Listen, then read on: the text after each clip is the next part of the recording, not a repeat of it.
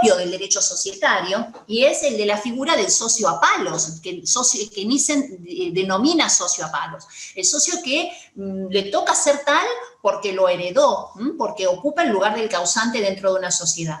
Bueno, a esto sumémosle, el autor está hablando simplemente del artículo 155 de la Ley General de Sociedades, al analizar la incorporación del socio a la SRL, pero eso se puede traspolar a todos los demás tipos societarios, siempre que haya relaciones de familia. Los hermanos no fueron educados para ser socios, no nació de ellos la voluntad o el deseo de ocupar el lugar de socios con respecto a los otros. Y eso obviamente acarrea factores de conflicto.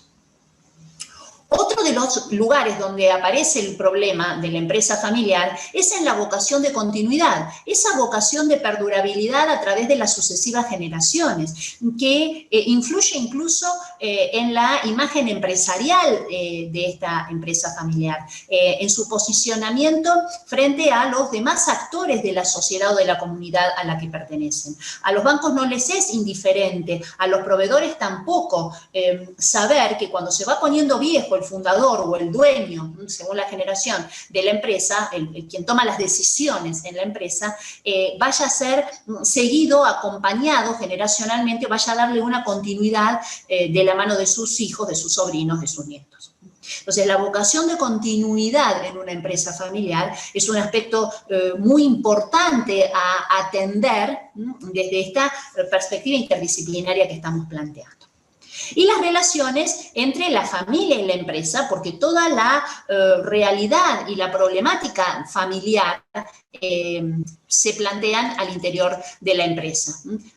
Nosotros sabemos que si alguien de la familia o como parte de la familia existe un patrimonio dentro de una sociedad, bueno, todos vamos a querer saber qué es lo que nos corresponde a cada uno de nosotros en esa estructura económica. ¿Cuáles son las fortalezas que tiene una empresa familiar? Una de las fortalezas más grandes es la unidad familiar. Y esto, por ejemplo, se ve en el orgullo con que se lleva el nombre de la familia como marca de los productos o servicios de la empresa. Felford, Paladini, son muchas las empresas Caramuto, son muchas las empresas en las que uno identifica hasta, digamos, la sociedad en la que están, identifica los productos con el apellido de una familia. Por lo tanto, eso constituye una fortaleza para estas empresas. Otro aspecto es la flexibilidad. Cuando hablamos de empresas familiares sanas, la flexibilidad en la toma de decisiones es absoluta. El hecho de que, digo sanas, ¿no? Digo cuando no hay conflictos, pero el hecho de que sepamos y nos sepamos tanto entre los integrantes de la empresa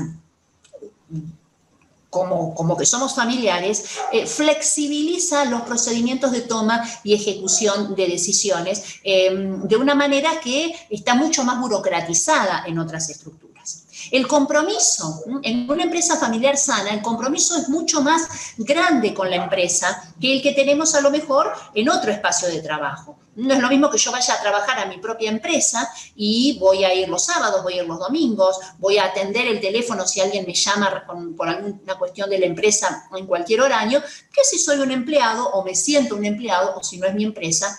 Y obviamente si yo trabajo en un banco, a la hora que me vengo de trabajar en el banco el viernes a la tarde, rompo ese compromiso, suspendo ese compromiso hasta el lunes que vuelvo.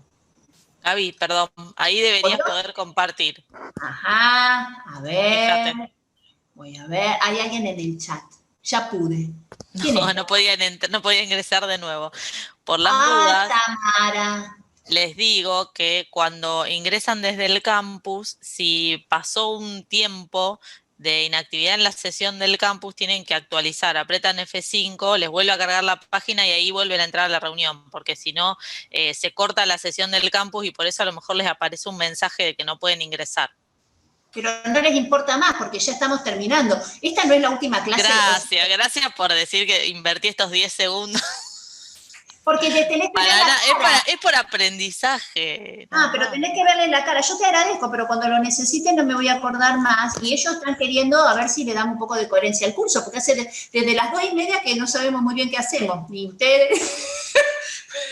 Estamos dando clase, una magnífica clase tuya. Estamos haciendo, qué sé yo qué hacen. No me hablan, encima no me hablan. Ahora los estoy viendo de nuevo, a ver si me hablan. En un momento me callo, me empaco. Miren que ya tuve una discusión con Felipe con respecto al horario de la clase. En cualquier momento me enojo con usted. Bueno, Juli, gracias. Ahí creo que se ve. Planificación a largo plazo. Este show lo hacemos siempre, pero de manera presencial.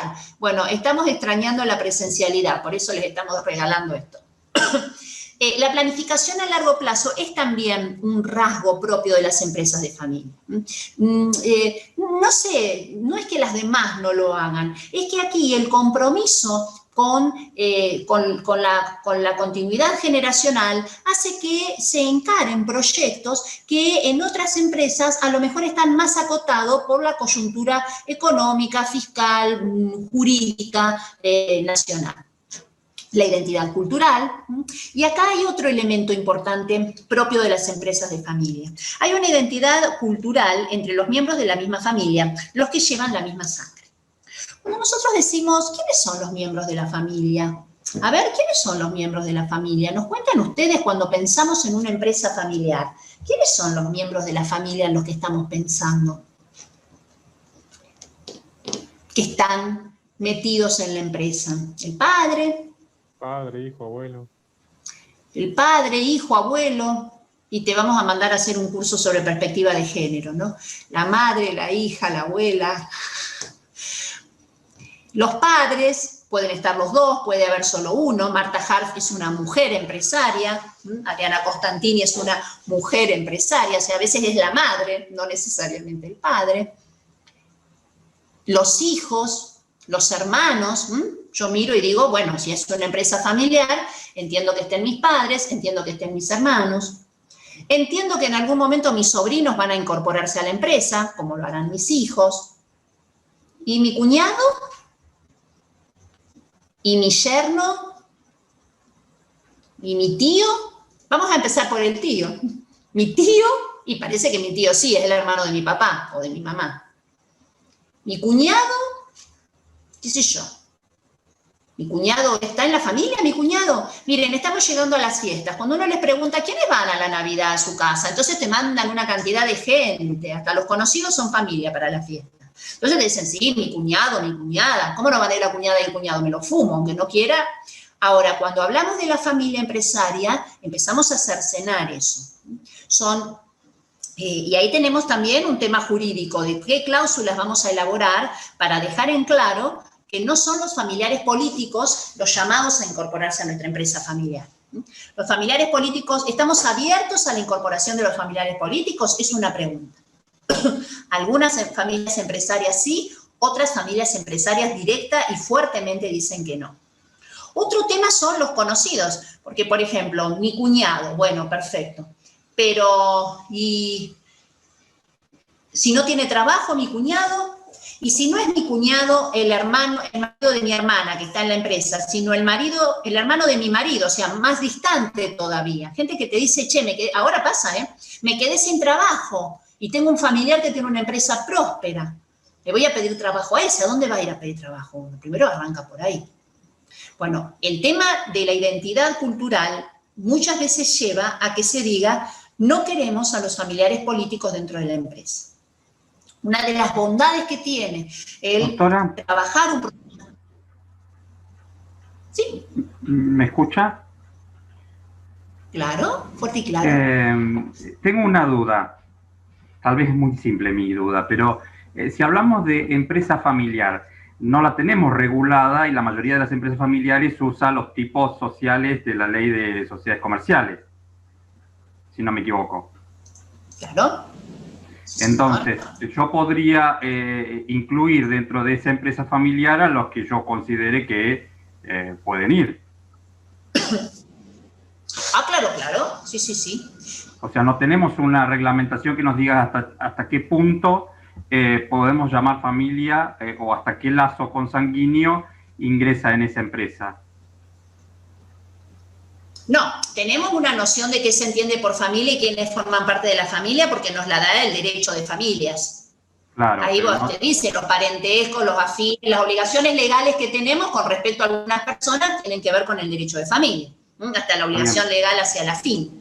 Pero, claro, pero a la hora de definir nuestra empresa familiar, vos dirás quiénes son los que forman parte de tu empresa, de tu familia empresaria en ese caso, y yo diré quién es la mía. O sea, habrá familias, por ejemplo, hay empresas familiares donde, como decíamos, se considera que son aceptados los familiares políticos, entonces nosotros tendremos cláusulas limitativas a la libre transmisibilidad, porque vos vas a tener un protocolo de la empresa familiar, es decir, un instrumento parasocial, un instrumento complementario al o a los estatutos. Cuando hablo de empresa, a lo mejor es un grupo de empresas. Las familias empresarias a veces no tienen solo una sociedad, tienen varias sociedades. Y para todas, a lo mejor todos tienen la misma participación en todas las sociedades, en otros casos no. Por ejemplo, cuando vos tenés sociedades que tienen por objeto ser titulares de los bienes, del campo, de los inmuebles sobre donde está la fábrica, etcétera, o de inmuebles que usan para arrendamiento, muchas veces sobre esas sociedades la participación cuida, respeta la norma sucesoria. Participamos en esa sociedad en la misma proporción en que somos herederos. Mi papá me va donando en la misma proporción porque es una manera de anticipar la sucesión en la propiedad de los bienes. Pero en la de explotación a veces no se respetan esos porcentajes. Por lo tanto, ¿yo qué hago? Tengo una sociedad en la que puse el campo, vamos a una empresa agropecuaria para dar un ejemplo, pero una sociedad donde puse el campo. Entonces yo reparto, empiezo a anticipar la transferencia de las acciones de ese campo a favor de mis hijos y lo voy a hacer en la misma proporción en que me van a heredar, por partes iguales. En cambio, en la explotación trabajo con alguno de mis hijos. Entonces, allí es donde le doy más preeminencia o más espacio societario a los hijos que tienen más vocación de trabajar para que ganen más plata de lo que es la explotación de los campos que tenemos en común, por ejemplo.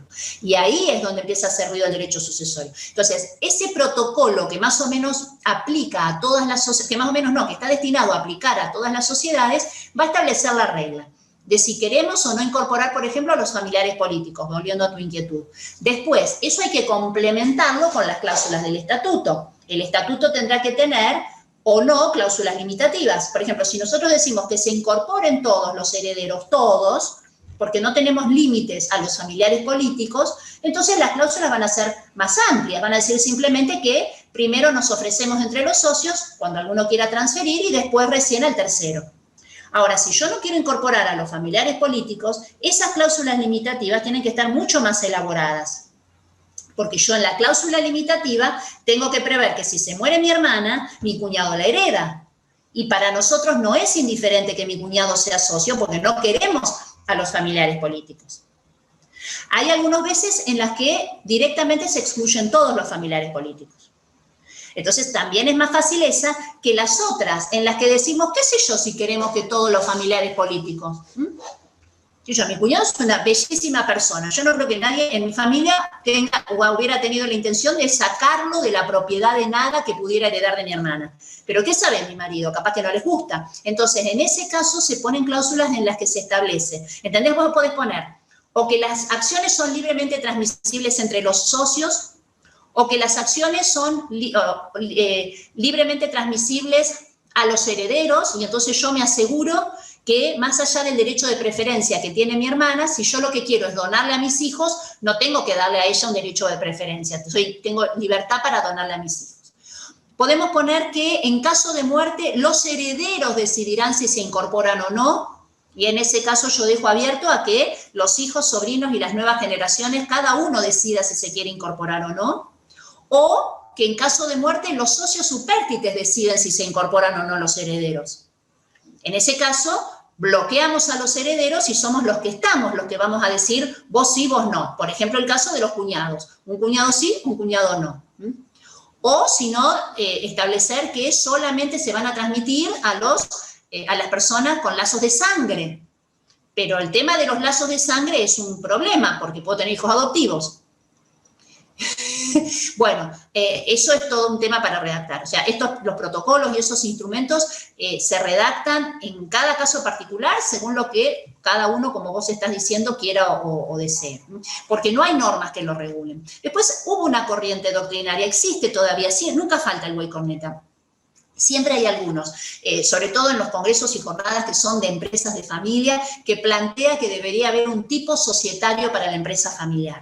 Eso es algo que en general se descarta, porque el tipo societario, ¿viste cómo están quienes dicen que debería haber un tipo para la empresa, la sociedad de profesionales? No es la opinión dominante que el tipo societario tenga que tener un título relacionado con una actividad o con una forma especial de organización de las empresas. Después, claro, ahora la reforma de del Código Civil y Comercial y desde la incorporación de las SAS, tenemos más herramientas, de verdad. O sea, del 2015 para acá tenemos más herramientas. Porque, por ejemplo, se modificó el régimen del derecho de familia al incorporarse la posibilidad de optar por el régimen de separación de bienes. Eso aporta a las empresas de familia. Se aumentaron los porcentajes de porción disponible en materia sucesoria, eso también aporta a las empresas de familia. Se incorporó la posibilidad del pacto sobre herencia futura en el 2010 para las empresas, entonces eso también aporta. En el anteproyecto de reformas al Código Civil y Comercial, expresamente se mejora, se corrige el 2010 y se dice que es a los fines de la elaboración del protocolo de la empresa familiar, o sea, se le da raigambre en el código legal al protocolo. Cuando en la reforma del 2015 se incorporan los contratos asociativos, se sacan de la Ley General de Sociedades y se regulan de manera más amplia en el Código Civil y Comercial, ahí también tenemos nosotros un elemento que legitima jurídicamente al protocolo familiar como instrumento de organización de la empresa familiar. La SAS es un tipo societario que se presta mucho para las empresas de familia, es decir, hoy por hoy tenemos mejores herramientas de las que teníamos antes para brindar instrumentos de planificación sucesoria. Cuando hablamos de planificación sucesoria, no hablamos solo de planificar en la propiedad, sino de planificar en la sucesión en la gestión también. El artículo 1010 del Código Civil y Comercial es claro en esto, nos orienta en ese sentido. Bueno, no sé cómo llegamos hasta acá. Con la identidad cultural hay un tema que siempre tratamos de resaltar y viene de la mano de los familiares políticos. Porque muchas veces se dice, los familiares políticos lo mejor que pueden hacer es estar lo más lejos posible de la empresa. Bueno, sí, cada uno hace lo que quiere y es verdad que en muchos aspectos esto es positivo para la empresa. Pero ojo, porque los familiares políticos están educando a esos a los que queremos incorporar nosotros a la empresa. O sea, yo no quiero saber nada con mi nuera en la empresa familiar. Perfecto, bárbaro, pero esa nuera es la que la está educando a la nena, que después sí se va a incorporar a la empresa familiar. Y por lo tanto va a haber rasgos culturales de la familia de origen de la madre que se van a sumar a los del origen del padre, en el ejemplo que estoy dando. Entonces no es tan indiferente el tema de los familiares políticos y su influencia. Nosotros estamos acá en el estudio, en este momento, elaborando el protocolo de una empresa familiar. Los padres están separados, o sea que la empresa familiar sobre la que estamos armando el protocolo, es probable que los padres se dedican los dos a la misma actividad. Están separados entre ellos, pero se dedican por separado a la misma actividad. Es probable que esos hijos están haciendo el protocolo con el padre, pero es probable que mañana aplique ese protocolo también para las empresas que tienen con la madre, porque la verdad es que es lo mismo, van a tener que replicar eso. Bueno, y veníamos trabajando mucho el tema de la incorporación de esos hijos al directorio o no, y ayer hablando por teléfono con el padre, no en la reunión de protocolo, sino hablando a solas, me dice, porque ¿a vos qué te parece? ¿Estos chicos entenderán el esfuerzo que demanda la empresa o van a seguir, o piensan vivir como la madre? Claro, cuando dijo eso, eso tiene una carga de prejuicio, porque la madre se dedica honestamente a lo mismo que el padre, así que no sé por qué tan mal no le está yendo a la señora en lo que está haciendo. Pero hay toda una carga de, si están conmigo van a hacer las cosas bien, y si están con ella van a hacer las cosas mal, o van a tener una vida más fácil, porque total tienen una economía resuelta. Bueno, es lo cultural, ¿no? Es esa identidad cultural que muchas veces no hay con respecto a los familiares políticos.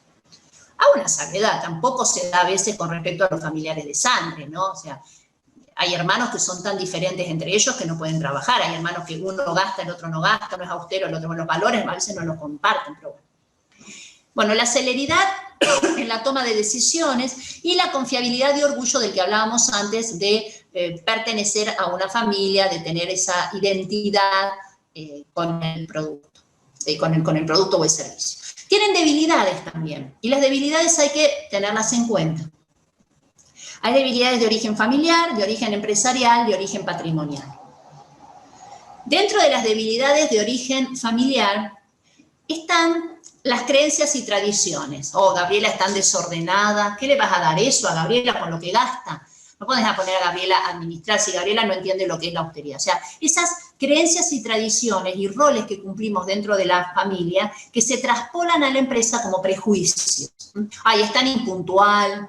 Bueno, a lo mejor soy impuntual para llegar a la peluquería, pero a lo mejor no soy impuntual para llegar al trabajo. Los conflictos familiares, esa competencia que hubo entre los dos hermanos que luego copian los primos. Nosotros hemos visto empresas familiares entre primos que se detestan, y cuando vos indagás un poco, de chicos jugaban juntos y compartían un montón de cosas. ¿Y qué pasó? Los dos viejos, los padres, se pelearon entre ellos o competían entre ellos. Uno era el débil, el otro el fuerte, y eso lo tomaron los hijos. Entonces, esos conflictos familiares de arrastre no se dan muchas veces en las empresas no familiares, pero sí se dan en las empresas familiares. Y la confusión de roles, que es otra cuestión que a veces hay que atender y ayudar a resolver. Siempre fui la hija preferida de mi papá, y ahora vengo a la empresa y papá me exige. Y papá me hace sentir que no sirve lo que hago. Y papá no me da la oportunidad que le da a mi hermana. Y lloro, lloro, lloro. No es tu papá, es tu jefe. Y esta superposición y confusión de los roles, en no entender que en el trabajo es mi jefe, o en el trabajo es mi socio, o en el trabajo es mi empleado, y en casa es mi hermano, mi marido, mi cónyuge, mi primo. Después hay otras debilidades que vienen del tema, digamos, del aspecto empresarial, y acá empezamos a tener más participación los abogados. Por ejemplo, el hecho de que nos hayan designado para las funciones por un principio de nepotismo. Por el solo hecho de ser hija de mi papá, soy gerente general de la empresa, o soy la gerente de recursos humanos. Tengo un carácter espantoso, no sé escuchar a la gente, no tengo empatía con los empleados, pero estoy a cargo de recursos humanos. Soy una persona desordenada, desprolija, pero me tocó manejar el área administrativa. Bueno, no se eligen muchas veces la falta de profesionalismo que tienen estas empresas. ¿Cuál es el rol del abogado en esto? El rol del abogado es acompañar en el armado de los instrumentos o de las estructuras jurídicas el proceso de profesionalización de las empresas. Es entender desde lo que es el derecho societario que hay que adoptar el tipo societario adecuado, y luego hay que hacer funcionar los órganos de gobierno y de administración adecuadamente para la satisfacción de las necesidades organizacionales de la empresa. Muchas veces se confunde, no se entiende qué cosa es un director. ¿Por qué? Y porque estamos todos en la asamblea y después nos corremos todos, nos cambiamos el sello de accionista y nos ponemos el sello de director. Entonces no entienden qué cosa es el directorio. Cuesta mucho a los empresarios familiares, a los que el contador les hizo hacer una sociedad anónima, que entiendan cuál es la función y las responsabilidades de un directorio, de los directores. Pero eso es porque no están usando la estructura societaria como instrumento para organizarse. Otro tema en el que caemos los abogados y debemos estar es el tema laboral. Están todos trabajando ahí adentro, pero muchas veces no se están cumpliendo los recaudos laborales adecuadamente. No ganan bien, o al contrario, algunos ganan deficientemente y otros tienen unos sueldos de hijos que no se pueden justificar. Para justificar el nivel, que una cosa muy común en las familia, es que para justificar el nivel de vida que tienen los empresarios ricos, los contadores les arman un esquema de remuneraciones como directores, de retribución como directores, que después se dan de patadas con el artículo 261 de la Ley General de Sociedades y sus limitaciones. Entonces, no se reparten dividendos, pero ellos cobran suculentas remuneraciones. Por ejemplo, contadores que al no comprender cuál es el significado y el funcionamiento y la operatividad de un directorio, les hacen poner 200.000 personas en el directorio. Nosotros hemos tenido sociedades, empresas de familia, por ejemplo, con 3 socios y 8 miembros en el directorio. Y vos decís, ¿qué pasó acá? No, el contador nos dijo que de esa manera subimos los gastos y bajamos entonces el impuesto a las ganancias que hay que pagar. O sea, en una estrategia o en una ingeniería fiscal o tributaria, desarman, malogran los órganos societarios que la sociedad necesita cuando es empresa de familia. El eficiente estilo de gestión, bueno, esto no hace a lo jurídico, pero el retraso tecnológico, el crecimiento estancado, la carencia de un plan de negocios, bueno, son todos aspectos empresariales que afectan muy negativamente la sustentabilidad, de una empresa familiar. Doctora, ¿le puedo hacer una pregunta? Claro, Elías. ¿Cómo le va? ¿Cómo anda usted? Bien, ¿y vos? Lindo. Me quedaron algunas, dos o tres preguntas pendientes, no quiero demorar mucho el grupo. La primera de ellas es, ¿cuál es el límite de la autonomía de la voluntad dentro de el diseño estatutario? Y me refiero, acá en Rosario hemos tenido casos donde hubo restricciones al acceso de la persona jurídica por parte de la mujer, contratos sociales bastante antiguos, y hubo, digamos, una intervención jurisdiccional. La pregunta es, ¿la ley de sociedades tiene dentro del cuerpo normativo algún tipo de restricción a la autonomía de la voluntad sobre, por ejemplo, el tema del género? Supongamos, por ejemplo, incluso hay, no voy a dar nombres, pero acá hay clubes o asociaciones civiles sin fines de lucros donde la mujer no puede ser socia. Eso se fue superando por vía judicial. El Jockey Club era histórico referente de que la mujer no podía ser asociada. Eso se fue superando. En realidad hay un principio de igualdad ante la ley que es imperativo y no hay esa, o sea, la ley no te permite esa restricción. Al contrario, ustedes deben conocer que han salido resoluciones de la Inspección General de Justicia en Cava en las que se promueve que las asociaciones civiles, las sociedades deberán tener, obligatoriamente deberán cubrir el cupo femenino con un criterio semejante al que se aplica para los cargos públicos. Y esto no es una novedad en nuestro país, podemos estar de acuerdo o no, pero no es novedoso en nuestro país. Esto se ha dado en general en el derecho comparado, en toda esta movida de la tutela, de la igualdad real, concreta de la mujer y el hombre en el acceso a estos cargos. No, la Ley General de Sociedades, resumidamente, no dice nada sobre eso. Ahora, que nosotros pudiéramos poner, hoy está complicado poder poner que es requisito ser hombre para integrar el directorio, yo creo que no pasa la inspección. No pasa la inspección porque hoy a todos nos están exigiendo, todos los que ocupamos algún cargo público, en nuestro caso de docentes, capacitaciones en el ámbito digamos, orientadas hacia la igualdad de género y hacia la protección del género. Así que yo no creo que sea fácil incluir esas cláusulas. Sí estaría, en lugar de poner, pero yo no estoy diciendo que las pongamos como una cuestión de género. Yo lo que digo es que se ponen como una cuestión de preservar el carácter familiar. Es decir... La otra pregunta es, referido al último tramo de su charla, es que lamentablemente los integrantes de una persona jurídica recurren al contador, porque la presión fiscal que tienen las personas jurídicas, donde hay una doble imposición, tanto para la persona jurídica como para los integrantes de algún tipo societario, lleva a que recurran a lo que usted estaba comentando, sobre un choque entre la parte fiscal y la parte societaria. Es muy difícil poder cumplir con todas las obligaciones fiscales si no hay algún artilugio que el contador lleve a cabo. La pregunta es, ¿cuál es el perjuicio, porque usted habló de que se van debilitando los órganos de las personas jurídicas? ¿Cuál sería, digamos, la incompatibilidad entre la parte fiscal y la parte societaria?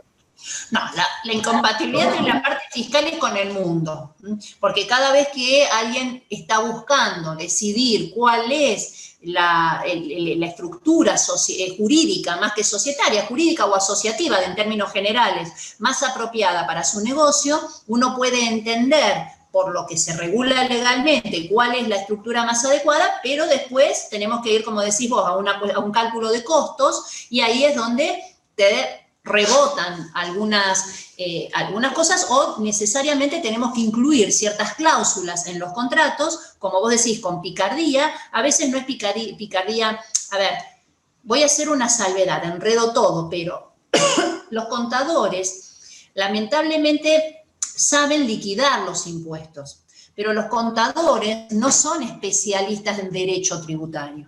Entonces, muchas veces, por ahorrar una plata o por hacer alguna elusión, sin caer en la evasión, porque esto lo conocen, esto alcance de esos límites los conocen, les hacen meter la pata a los clientes a tal extremo que terminan pagando sanciones por las inspecciones y multas que vienen de la mano de las inspecciones frente a FIP muy grandes. Tampoco entienden bien cómo son los procedimientos de reclamo o de cuestionamiento de las resoluciones de la FIP. Entonces le hacen llenar formularios reconociendo todo, porque total eso es más práctico, más rápido, y entramos, no sé, en una moratoria, y de verdad que nos resultan las soluciones más factibles, por lo menos desde la mirada que tenemos desde el derecho, los abogados, desde el derecho tributario sería eso. Pero me voy a circunscribir a lo mío, a lo que uno padece tratando de entenderse con los contadores cuando asesoramos a las sociedades. Yo creo que hay algo de ego. Los contadores consideran que los temas societarios y tributarios son temas de ellos. No son tan así con los temas laborales, son más abiertos en el sentido de vamos a ver un abogado laboralista. Entienden que se viene el juicio atrás del conflicto laboral mal manejado, pero no del todo con las cuestiones societarias. Por ejemplo, nosotros hoy teníamos unos clientes que venían diciéndonos, esta sociedad, tienen una cantidad de sociedades, esta sociedad la vamos a disolver, la estamos disolviendo, con el contador la estamos disolviendo. Imagínense que a uno que le importa, digamos, no tiene nada que ver con lo que uno está asesorando, bárbaro, tienen una sociedad que están disolviendo. Bueno, cuando nos sentamos a ver todo, dijimos, ¿por qué están disolviendo esa sociedad? No, bueno, estamos disolviendo porque el contador nos dijo que es mejor tener, primero le había dicho que había que tener muchas sociedades, ahora le dice que hay que tener menos. Entonces, las sociedades que antes se escindían, ahora se disuelven. Entonces, íbamos mirando y nos dice, bueno, pero hay unos bienes en ese patrimonio. Bueno, el costo, o sea, cuando los contadores hablan de disolver, tienen la idea de se disuelve y se deja morir. No hay contador que entienda que el proceso de disolución va acompañado de un proceso de liquidación que termina con la cancelación de la inscripción. Ellos llegan hasta el punto de darle de baja a las 3 o 4 cosas que están anotadas ahí en el API y en la FIP y se terminó. Bueno, en este caso le estaban quedando inmuebles de mucho valor que iban a terminar liquidándose, atribuyéndose a los socios, por lo tanto pagando IVA para poder hacer la transferencia de esos bienes, cuando la ley de impuesto a las ganancias nos permite, a través de la reorganización societaria, escindir las sociedades, disolverlas sin liquidarlas para hacerlas participar de un proceso de fusión y que esos bienes pasen a otras de las sociedades. No hay necesidad de imputar esos bienes a los patrimonios personales de los socios, podían seguir estando. Bueno, todo esto no lo tienen en la cabeza. No lo tienen en la cabeza. Hacen cosas peores. Por ejemplo, ellos han aprendido, alguna vez que ven, que uno les dice, che, mirá, fulano se divorció de la mujer o qué sé yo. Bueno, vamos a aumentar el capital social, vos le decís.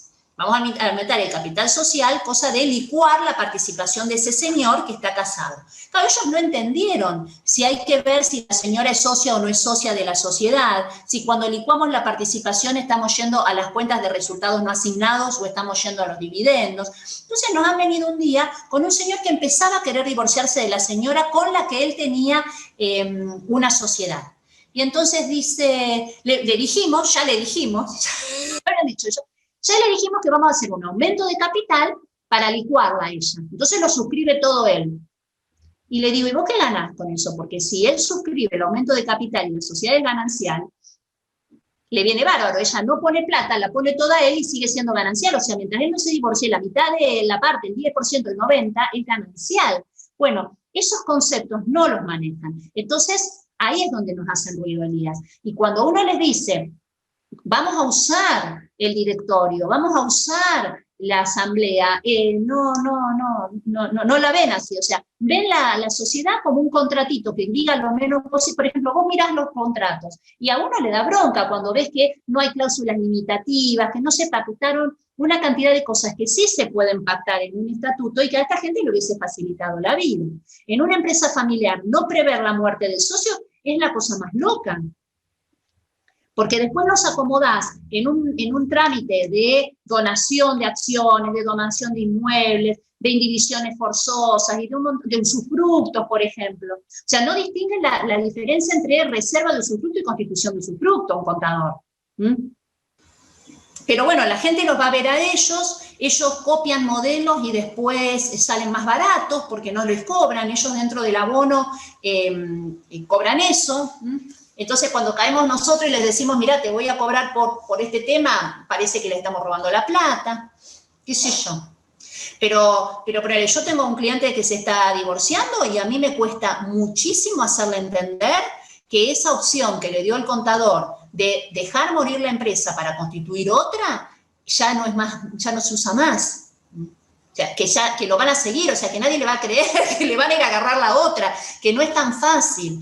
Pero los contadores compraron en el año 80 esta cosa de dejar morir esta sociedad y constituirte otra y que nadie te encuentre, y bueno, es un tema. A ver, son nuestra principal fuente de trabajo, uno aprende muchísimo de los contadores, no es criticarlos en todo, simplemente, bueno, estamos en un ámbito de investigación jurídica y tenemos que saber que hay gente que no ha estudiado siquiera derecho, porque han estudiado muy poco derecho, se consideran especialistas en derecho y les gusta mucho más lo nuestro que lo de ellos. Y nosotros, la verdad, no hacemos balances. No tenemos costumbre de decirle al cliente, deja, yo te hago yo el balance. ¿Para qué vas a ir de un contador si tenés tan poco movimiento? No veo ningún abogado que haga eso. Pero contadores que hacen nuestro trabajo, mucho. Creo que también es una cuestión de incumbencias profesionales que no viene al caso. Nosotros hemos cedido a los contadores un espacio profesional muy grande. El del derecho tributario se lo hemos dado todo. Y son muy pocas las personas que van a consultar abogados laboralistas, tributaristas. Bueno, sigo. Gracias, doctora.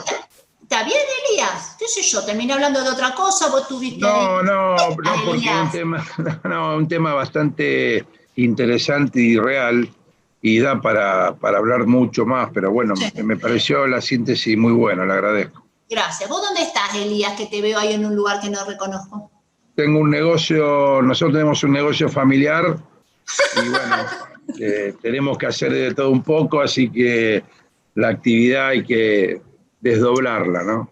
Me parecía, pues no sabía si era un juzgado, veía, viste ahí atrás que tenés... No, tenemos un negocio familiar de hace muchos años y bueno, hay que estar conectado y a su vez hay que, digamos, cumplir con la actividad comercial. Así es, señor. Bueno, pero está bien, porque la clase de empresa de familia la damos desde una empresa familiar. ¿Qué se creen que es esto? Nosotros vamos y nos caracterizamos, claro.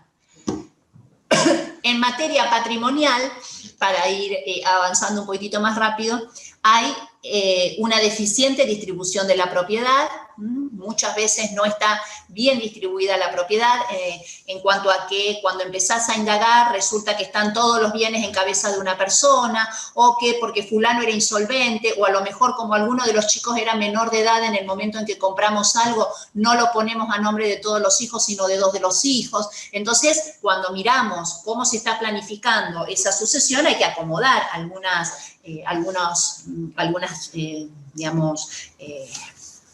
fichas de ese tablero, porque han hecho un reparto que no es, por lo menos, coherente con las normas del derecho sucesorio o lo que realmente se quiere. Otro tema que es importante, que es un poquitito viene de la mano de lo que comentaba recién, es que se suele concentrar el riesgo en una sola sociedad. Un aspecto importante del planteo y de la ingeniería jurídica de las empresas de familia es ayudarlos a distribuir el riesgo, a no concentrar el riesgo, a tener, por ejemplo, una sociedad propietaria, una sociedad de explotación, o sea, donde está el riesgo que no haya tantos bienes, que haya algunos bienes, porque obviamente que si las insolventamos de antemano, lo único que vamos a generar es que nos caigan como un boomerang a extender la responsabilidad a las otras integrantes del grupo. Esto ya lo habíamos hablado cuando vimos grupo, pero sí es interesante e importante si incluso la empresa familiar tiene distintas actividades, porque esto es otro tema. Muchas veces las empresas familiares, para poder generar recursos para todas las ramas, no es lo mismo que sirva de sustento una empresa familiar para papá, mamá y los 3 chicos, que cuando esos 3 chicos empiezan a abrir sus propias familias y todavía los padres viven y tienen que sostenerse con esta empresa. Entonces, a veces se hace una diversificación de productos, de servicios, de objetos, de actividades. Al diversificarse las actividades, se le permite a cada rama tener su propia unidad de negocios, pero también se permite diversificar el riesgo de la empresa, que es algo altamente aconsejable. Y la deficiente política de dividendos y remuneraciones. Esto de que todos sacan plata porque hasta que necesiten sacan, o nunca se reparten dividendos y entonces no tiene ningún estímulo ser accionista porque no hay reparto de dividendos, la plata sigue quedando en la empresa para su reinversión. La deficiente política de remuneraciones, o porque ganamos muy poco en la inteligencia o en la idea de que como esto es una empresa familiar, vos tenés que sacrificarte hasta el extremo porque es tu empresa y algún día vas a ser dueño, y los hijos le dicen, bueno, pero antes de que sea dueño quiero vivir yo, o por lo menos saber qué es lo mío. Muchas veces otro tema de la deficiente distribución patrimonial es que todos son dueños de todo, o sea, mi casa está a nombre de la empresa, mi auto está a nombre de la empresa paga los impuestos, de última es papá el que decide a dónde vamos de vacaciones y qué auto compramos, porque es como que no tenemos la disponibilidad cada uno para saber qué hace con sus dividendos y con sus remuneraciones. No hay una independencia real, no hay una autonomía. Se quejan de que tienen que salir los sábados de la noche en el utilitario. O hay alguien que usa la camioneta de la empresa.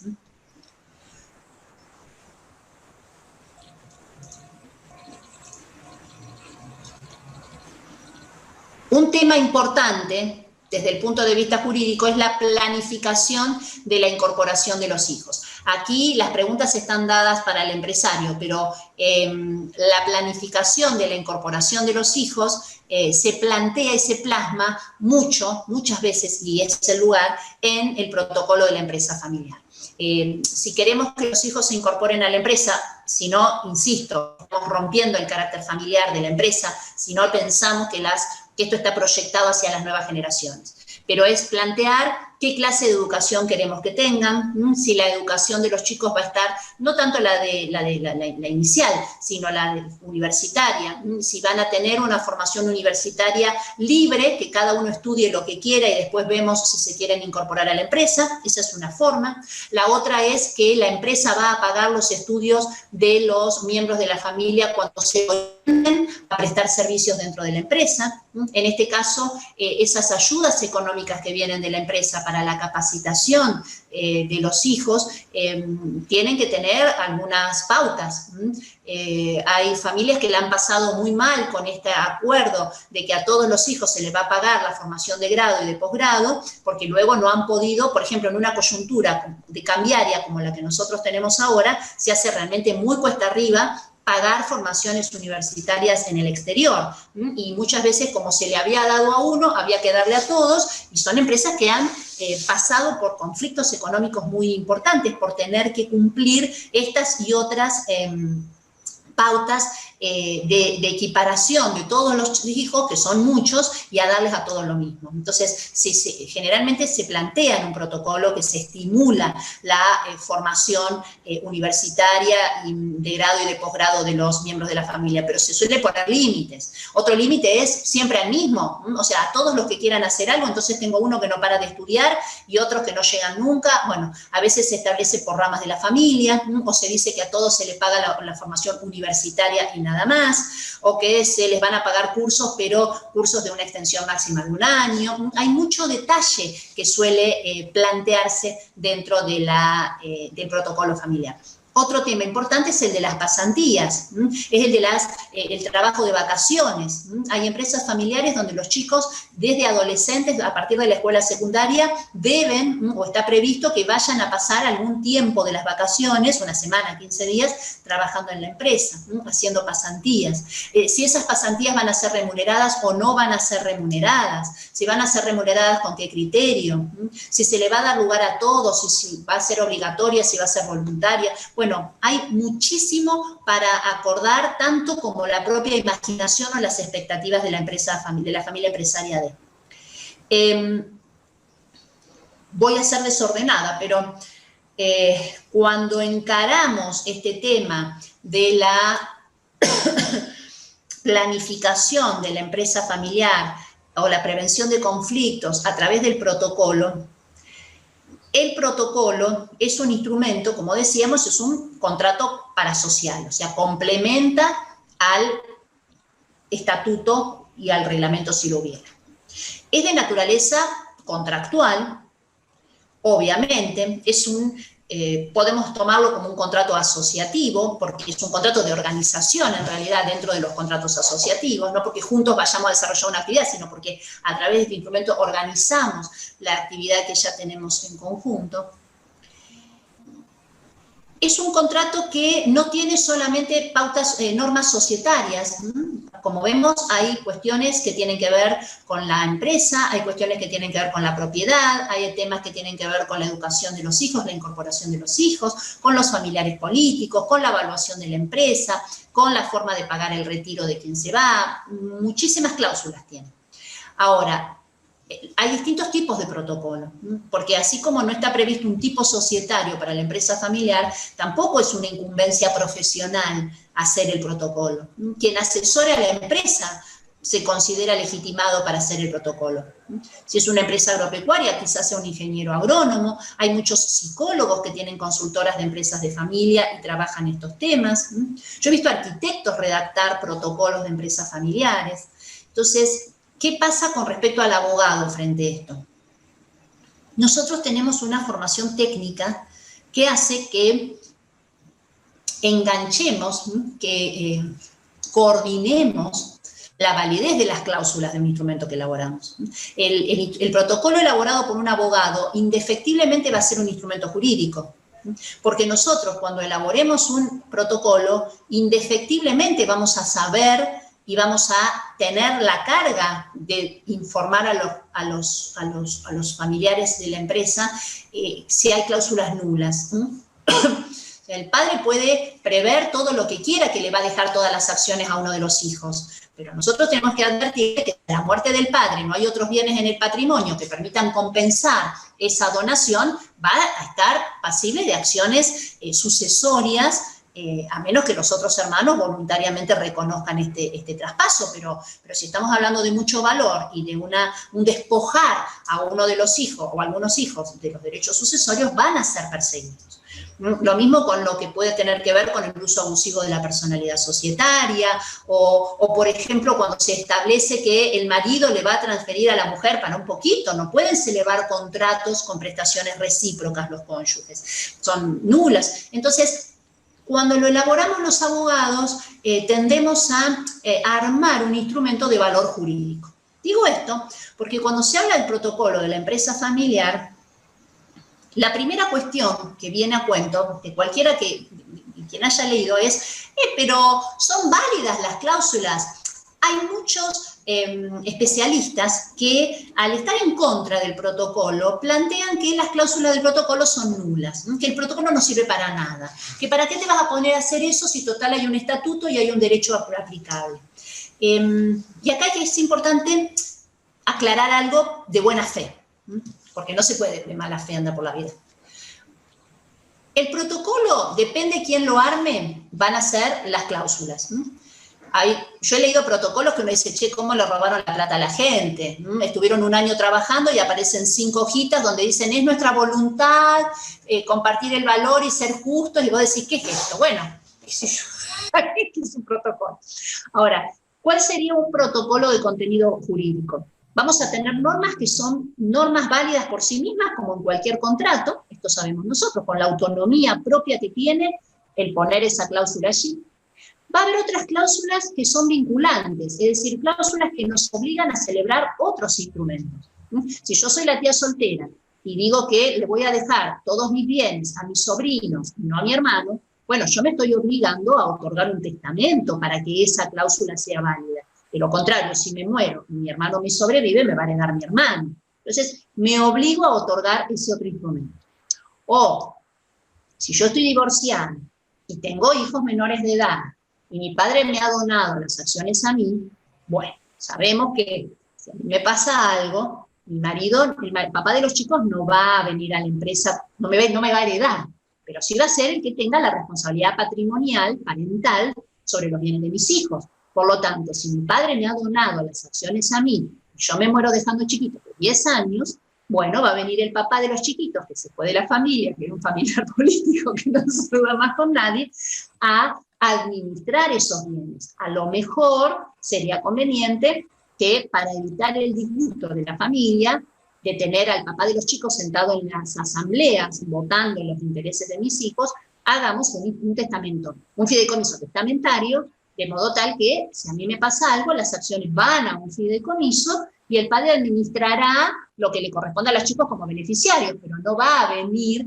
a ejercer los derechos políticos dentro de la empresa. Ahí vendrá el fiduciario. Bueno, hay muchas herramientas, hay un espectro de instrumentos que nos da el derecho privado patrimonial, nada nuevo, pero hay que coordinarlos. Por ejemplo, si nosotros hemos pensado, o los bienes inmuebles están, o las mismas acciones, si se transfirieran, podrían llegar a perjudicar la cohesión familiar, bueno, podemos establecer cláusulas que prohíban o que establezcan indivisiones forzosas, o que prohíban la venta de las acciones. Por ejemplo, en una SAS se puede pactar la prohibición de vender o de transferir las acciones durante 10 años renovables. Entonces, a veces, el tipo societario que vamos a elegir para organizar a la empresa familiar, para darle la estructura jurídica a la empresa familiar, hay que conocerlo para ver todas las herramientas que nos da para poder, a través del estatuto o del contrato, planificar la prevención de conflictos dentro de nuestra empresa familiar. Entonces, tenemos un montón de instrumentos al alcance. Ahora, hay que mirarlos todos y hay que saberlos todos. Entonces, volviendo al protocolo, en el protocolo yo puedo establecer cláusulas que sean vinculantes por sí solas, en cuanto a cláusulas contractuales. Puedo prever cláusulas que establecen obligaciones de hacer, como estas que mencionábamos recién, de modificar el estatuto incorporando distintas clases de acciones, por ejemplo, para que cada rama de la familia tenga una clase de acciones y puedan elegir proporcionalmente los miembros en el directorio, o obligándome a otorgar un testamento o constituir un fideicomiso testamentario, como eran los ejemplos que decíamos.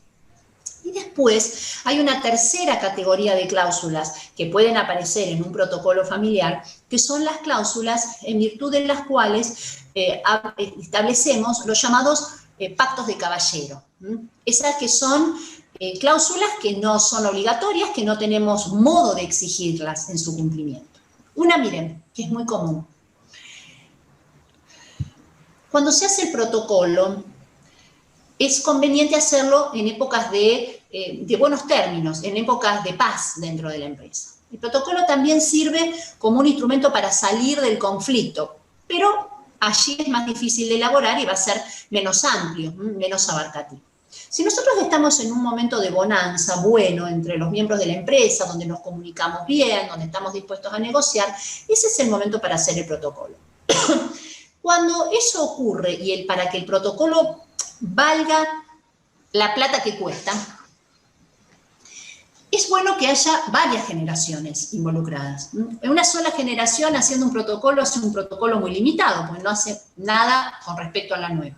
Pero cuando las nuevas generaciones participan, es porque ya las viejas están en retiro. Por ejemplo, un protocolo hecho por gente de mi edad va a ser un protocolo en el que van a participar posiblemente sus padres, si tenéis la dicha de que estén todavía trabajando, y los hijos que ya están dentro de la empresa. Allí habría 3 generaciones negociando el protocolo. ¿Qué pasa en esos protocolos? Muchas veces ya se plantea el retiro de los viejos. Gente de 80 años que ya va en retirada. Uno a lo mejor lo dice claramente, se van a morir, y si no dice, se retiran, pasan a hacer otras cosas, se van de la empresa. Hay gente que se quiere retirar antes, hay gente que se va a retirar cuando se muera, eso hay que planificar. El retiro del fundador hay que planificar. Pero para no irme tanto de las ramas, ¿qué decimos en ese caso? Bueno, que ellos en este acto o en este momento van a donar todas sus acciones para evitar la sucesión, que se reservan a lo mejor el usufructo, o a lo mejor no se reservan el usufructo. Pero los hijos ya son grandes, ellos tienen una economía más o menos acomodada o no. ¿Qué se hace en esos casos? En el protocolo se suele decir, cuando despojamos totalmente de las acciones y del usufructo de las acciones a los viejos, que se les reconoce el derecho a percibir una determinada suma o a que todos sus gastos personales sean cubiertos por la empresa. Es decir, hay un pacto de caballeros. Obviamente que si pusimos eso ahí y no lo queremos cumplir, y va a ser medio difícil que estemos obligados a cumplírselo, porque no hay contraprestación, porque viene de la mano o bajo el formato de un reconocimiento al fundador. Pero esta gente, muchas veces, de verdad, ha generado un patrimonio importante que no está en su patrimonio personal, que está metido adentro de la empresa.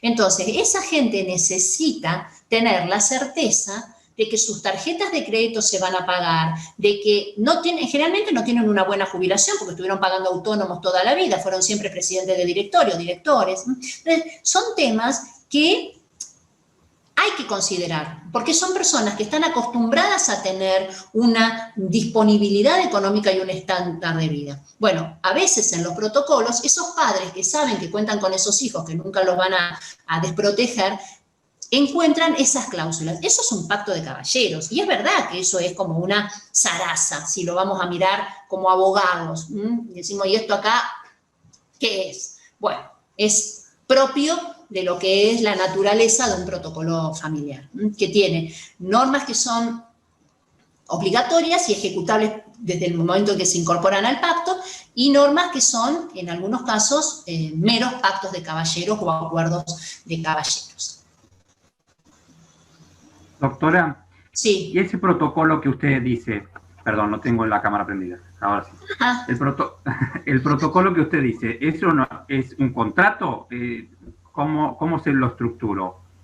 El protocolo que yo te estoy diciendo puede ser más amplio o más restringido. Vayamos a pensar un protocolo amplio, un protocolo completo, así lo llama la doctrina. En el protocolo completo, vos vas a tener una parte, bueno, podés estructurarlo como quieras, pero por ejemplo, una forma de estructurarlo con una parte introductoria, es decir, una parte, yo creo que acá había algo de eso, porque yo lo que estoy haciendo es, como queda poco tiempo, tratar de de ir más rápido. Acá está. Tiene una parte introductoria. En esta parte introductoria tenés estos reconocimientos, tenés básicamente una descripción de cada una de las sociedades que integran la empresa, si es que la empresa está integrada por más de una sociedad. Vas a incorporar una descripción de los valores de la empresa, de la familia empresaria. Vas a transcribir el genoma de la familia, es decir, cómo está constituida esa familia, de dónde vienen y quiénes son los que integran la familia empresaria.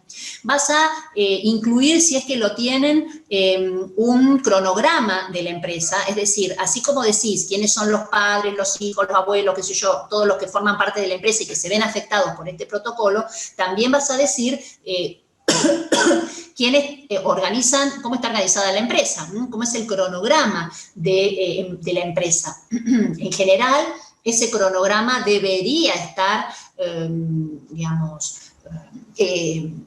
¿cómo se dice?, en armonía con los órganos societarios. Además de los órganos societarios, que si son sociedades anónimas será directorio y asambleas mínimamente, a lo mejor haya algún síndico o consejo de vigilancia, también están los órganos específicos de la empresa familiar. Entonces, vos planteás acá ese cronograma y ese organigrama de funciones. Después vas a establecer, o es aconsejable poner, si hay reconocimientos a los fundadores, estarán ahí en la introducción. Después, el protocolo también regula aspectos vinculados a la familia. Y en lo vinculado a la familia vas a tener estos temas que nosotros veníamos mencionando, ¿no? Si hay un compromiso de casarse bajo un régimen de separación de bienes, si se van a contratar, por ejemplo, seguros para el caso en el que le llegara a pasar algo a alguno de los miembros de la familia, si la familia se va a hacer cargo. Por ejemplo, muchas veces en las empresas familiares, la gente que tiene la edad de ustedes, o sea, que tiene chicos chiquitos y que todavía está en una etapa muy productiva, tiene mucho miedo de si le pasa algo, cómo van a proteger a sus hijos. Entonces, aquí, en esta parte de la familia, se pactan las ayudas económicas para el caso de fallecimiento de alguno de los miembros de la familia. Por ejemplo, en algunos casos se pacta que la familia va a seguir percibiendo la remuneración que venía cobrando ese familiar hasta que los hijos sean mayores de edad. En algunos casos no le quieren dar mucho a la viuda, entonces, generalmente los que tienen esta preocupación son los hombres, pero no necesariamente. Hay muchas mujeres que son sustento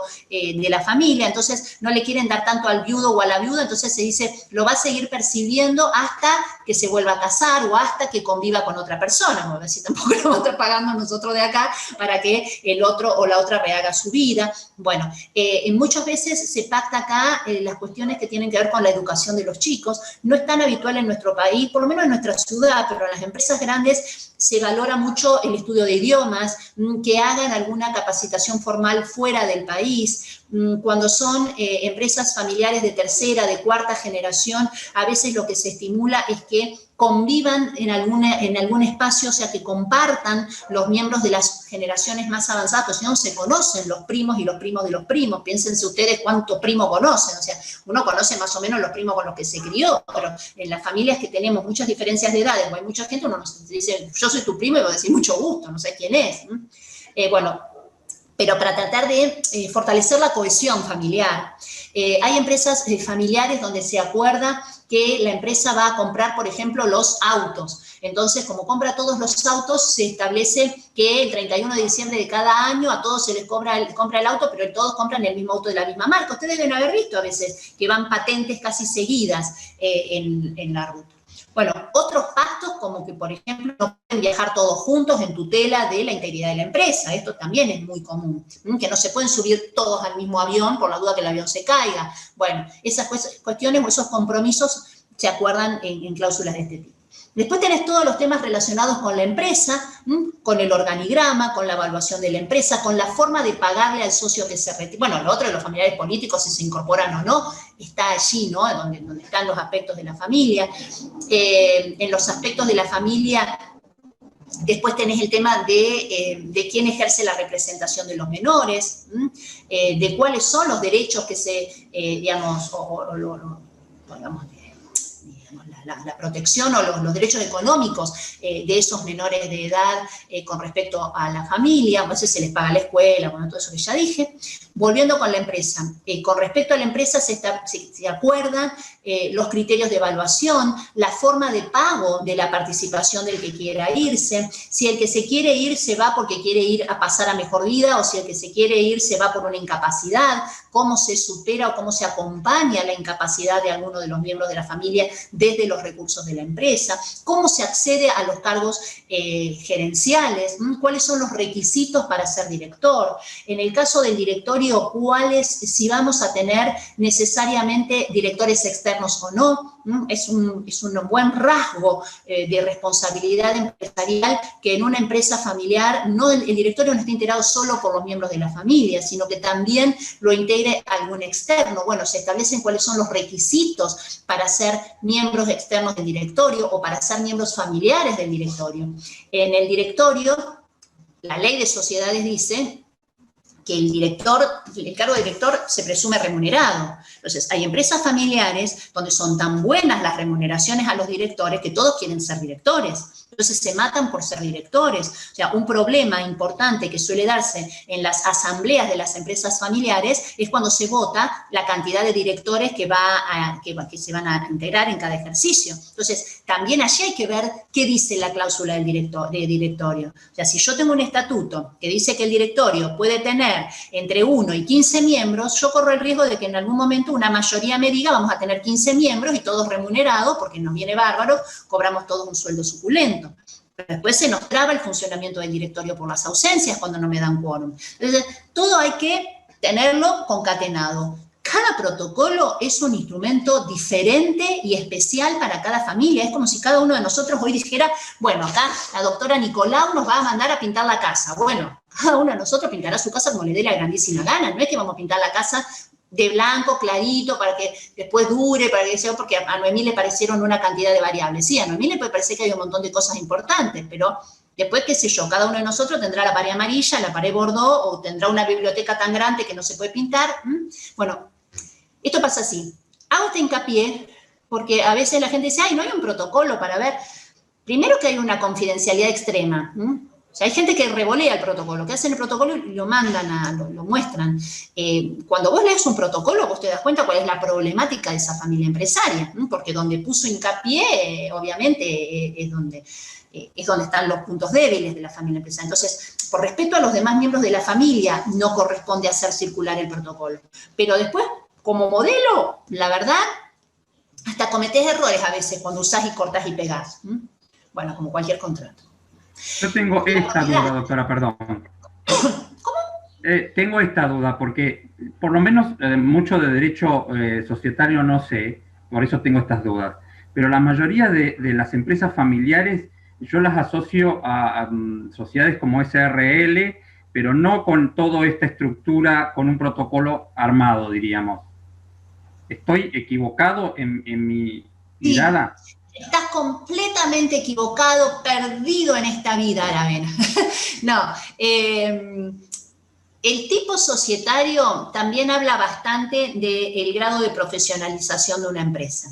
El protocolo no tiene que ver, a ver, el protocolo ¿cuándo se justifica? Cuando la empresa está profesionalizada en su gestión, cuando no tiene una gestión informal, una gestión doméstica, rudimentaria, sino que los roles y las funciones dentro de la empresa están debidamente, digamos, aceitadas y justificadas, donde no se crearon empleos para cada uno, sino que cada uno ocupa lugares según las demandas y necesidades de funcionalidad de la empresa.